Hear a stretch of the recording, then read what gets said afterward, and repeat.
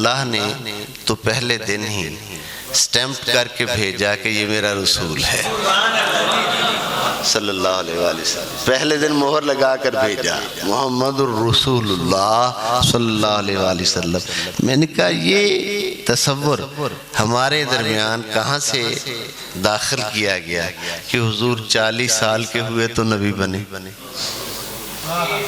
نہیں سمجھے آپ؟ نہیں سمجھے میں نے کتنی بڑی بات کی ہے؟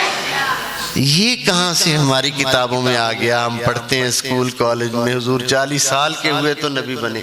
اللہ پہلے دن مہر لگا کے بھیج رہا ہے، اور یہودی عیسائی مان رہے ہیں، یہودی عیسائی مان رہے ہیں کہ یہ اللہ کے رسول آ گئے، آخری رسول آ گئے، یہ وہی رسول آ گئے جن کی بشارت موسیٰ علیہ السلام دے رہے ہیں، عیسیٰ علیہ السلام دے رہے ہیں۔ حضور کی امت جو کلمہ پڑھتی ہے، جو حضور کی شفاعت کی امیدوار ہے، وہ یہ تصور اپنے ذہنوں میں لیے پھرتی ہے کہ 40 سال کے ہوئے تو نبی ہوئے۔